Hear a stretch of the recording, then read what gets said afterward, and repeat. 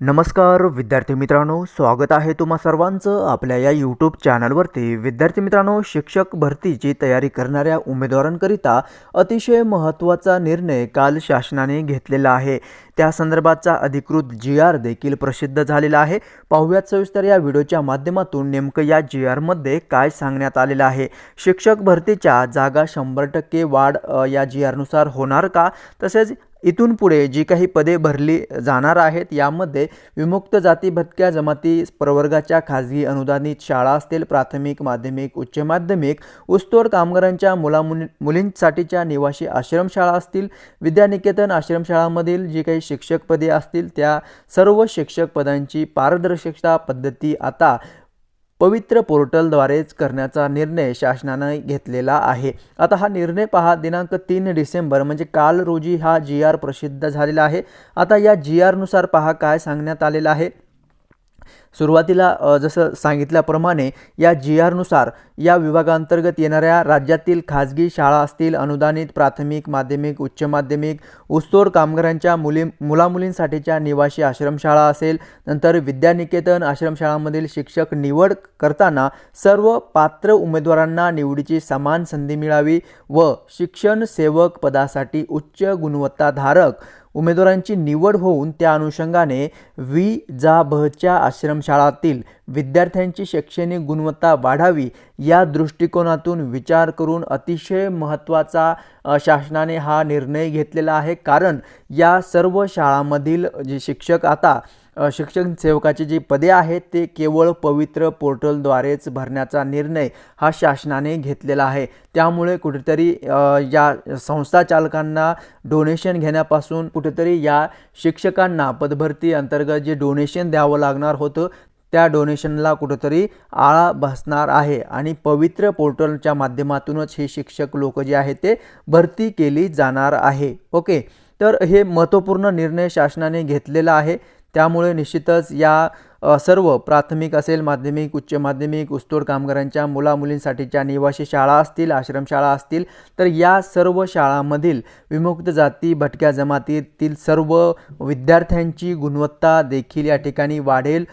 जे जर योग्य पात्रताधारक जर शिक्षक त्या ठिकाणी रुजू झाला तर निश्चितच या ठिकाणी त्यांची गुणवत्ता देखील वाढण्यामध्ये त्यांचा निश्चित प्रयत्न असणार। ठीक आहे, त्यामुळे हा शासनाचा अतिशय महत्त्वाचा निर्णय जो आहे तो या ठिकाणी घेण्यात आलेला आहे शासनाकडून।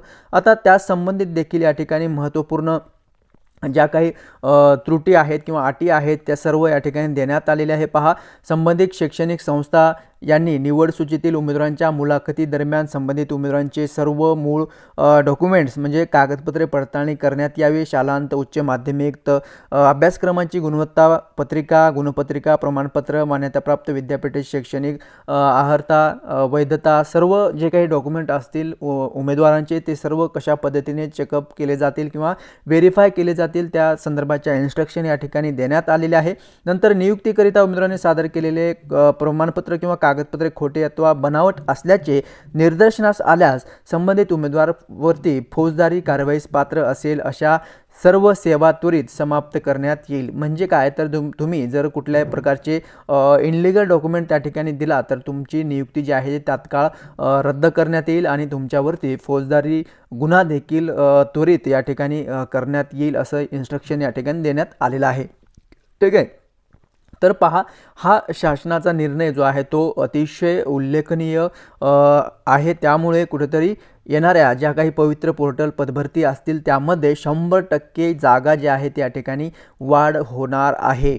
ओके, शिक्षण सेवकाच्या नियुक्तीचा कालावधी पहा, भज प्रवर्गाच्या खाजगी अनुदानित प्राथमिक, माध्यमिक, उच्च माध्यमिक, ऊसतोड कामगारांच्या मुलींसाठीच्या निवासी आश्रमशाळा तसेच विद्यानिकेतन आश्रमशाळांमधील नियुक्त सेवकांचा परिवीक्षाधीन कालावधी तसेच शालेय शिक्षण व क्रीडा विभागाच्या संदर्भातील दिनांक 27/2/2003 तसेच 13/10/2000 च्या शासन निर्णयाच्या तरतुदीनुसार पहा, जे शिक्षण सेवक आहे त्यामध्ये नियुक्तीचे माध्यम जे आहे ते शिक्षण सेवक पदासाठी आवश्यक असलेल्या शैक्षणिक व व्यावसायिक अर्हतेनुसार उमेदवाराने ज्या माध्यमासाठी अर्ज केलेला आहे त्याच माध्यमाचाच म्हणजे त्याच माध्यमासाठीच त्याच पदावरती त्याची नियुक्ती जी आहे ते देण्यात येईल। ओके, त्यासाठी वयोमर्यादा पहा, किमान वयोमर्यादा 18 वर्ष, कमाल वयोमर्यादा खुल्या प्रवर्गासाठी उमेदवाराकरिता 38 वर्ष, मागास प्रवर्गातील जर उमेदवार असेल तर 43 वर्ष या ठिकाणी राहणार आहे.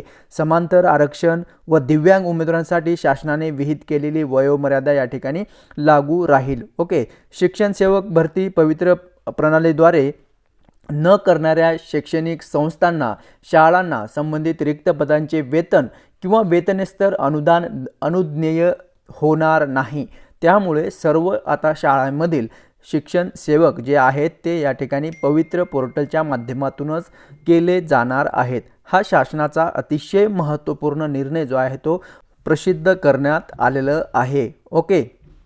सो याची लिंक जी आहे आपल्या व्हिडिओच्या डिस्क्रिप्शनमध्ये तुम्हाला मिळून जाईल. त्या लिंकवरती क्लिक करून तुम्ही हा GR जो आहे तो डाउनलोड करून पाहू शकता. ओके. या व्यतिरिक्त जर तुमचे काही प्रश्न असतील तर तुम्ही नक्की कॉमेंट्स करून देखील विचारायचं आहे. आणि हो, माहिती समजली असेल तर लाईक जरूर करायचं आहे. आपल्या चॅनलला सबस्क्राईब जरूर करायचं आहे. तेव्हा भेटूयात नेक्स्ट अपडेट घेऊन नवीन व्हिडिओच्या माध्यमातून. धन्यवाद.